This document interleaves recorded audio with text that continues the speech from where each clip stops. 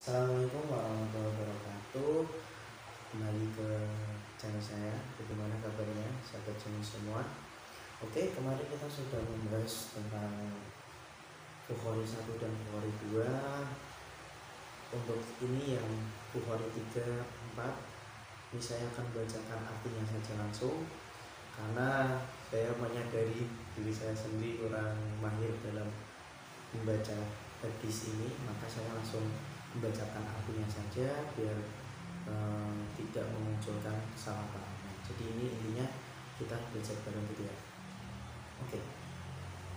Dari Aisyah ibunda kaum mukmin radhiyallahu anha bahwa dia berkata, permulaan wahyu yang datang kepada Rasulullah SAW adalah dengan mimpi yang benar dalam tidur.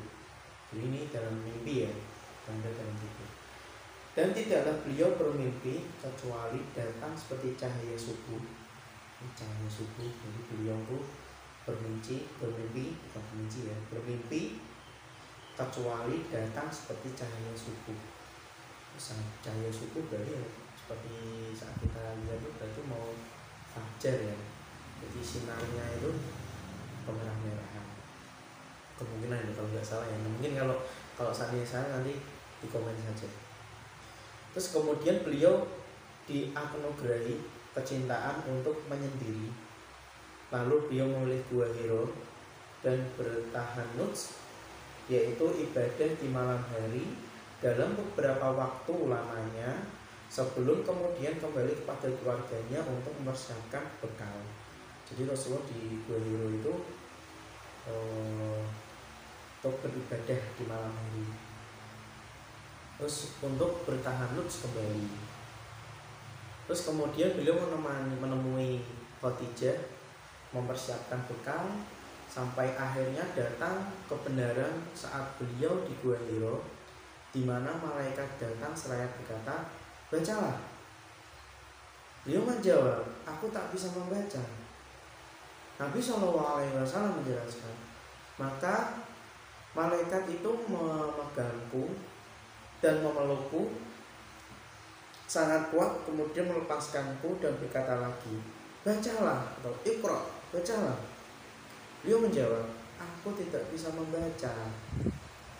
Maka malaikat itu memegang dan memelukku sangat kuat, kemudian melepaskanku dan berkata lagi, bacalah.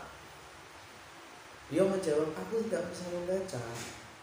Terus malaikat itu memegangku kembali dan memelukku untuk ketiga kalinya dengan sangat kuat, lalu melepaskanku dan berkata lagi, bacalah dengan menyebut nama Tuhanmu yang menciptakan. Dia telah menciptakan manusia dari segumpal udara. Bacalah, dan Tuhanmu lah yang maha pemurah. Nabi SAW kembali kepada istrinya dengan membawa kalimat wahid tadi dalam keadaan gelisah. Beliau menemui Khadijah binti Khuwailid seraya berkata, selimuti aku. Ini berarti saat proses Nabi Muhammad SAW pertama kali mendapatkan wahyu seperti itu. Ini hadis ini menceritakan. Terus beliau pun diselimuti hingga hilang ketakutannya. Lalu beliau menceritakan peristiwa yang terjadi kepada Khadijah. Aku mengkhawatirkan diriku. Maka Khadijah berkata, demi Allah, Allah tidak akan mencelakakan kamu selamanya, karena engkau adalah orang yang menyambung silaturahim. Kemudian Khadijah mengajak beliau untuk bertemu dengan Waraqah. Nah, ini Waraqah bin Naufal bin Ash'ad bin Abdul Uzza, putra paman Khadijah yang beragama Nasrani di masa jahiliyah. Dia juga menulis buku dalam bahasa Ibrani, juga menulis Injil dalam bahasa Ibrani dengan izin Allah. Saat itu Waraqah sudah tua dan matanya buta. Jadi Waraqah ini dia seorang tokoh Nasrani dia. Terus Khadijah berkata, wahai putra pamanku, dengarkan apa yang akan disampaikan oleh putra saudaramu ini. Waraqah berkata, wahai putra saudaraku, apa yang sudah kau alami? Maka Rasulullah SAW menuturkan peristiwa yang dialaminya.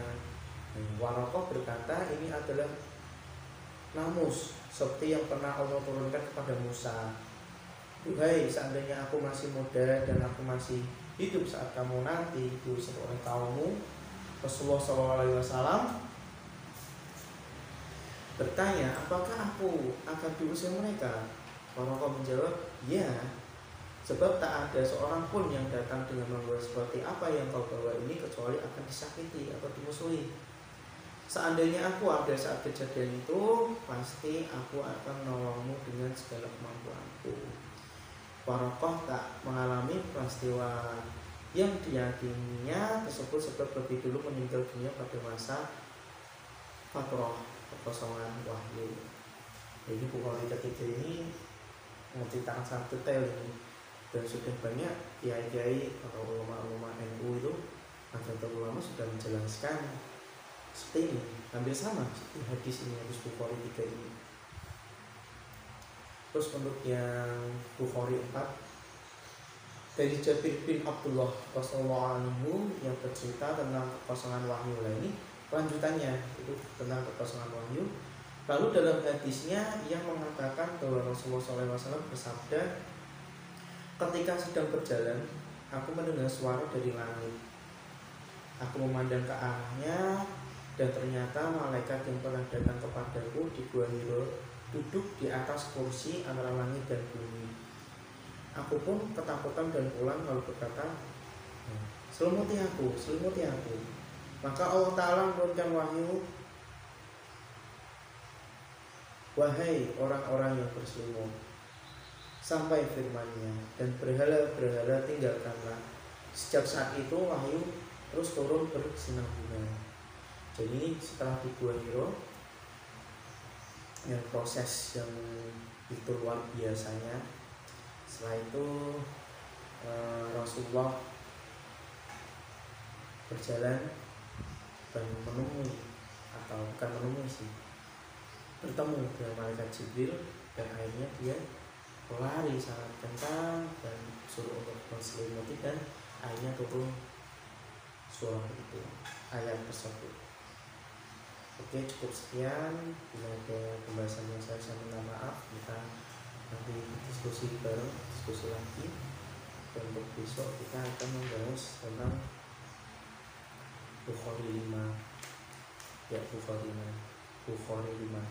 Terima kasih. Assalamualaikum warahmatullahi wabarakatuh.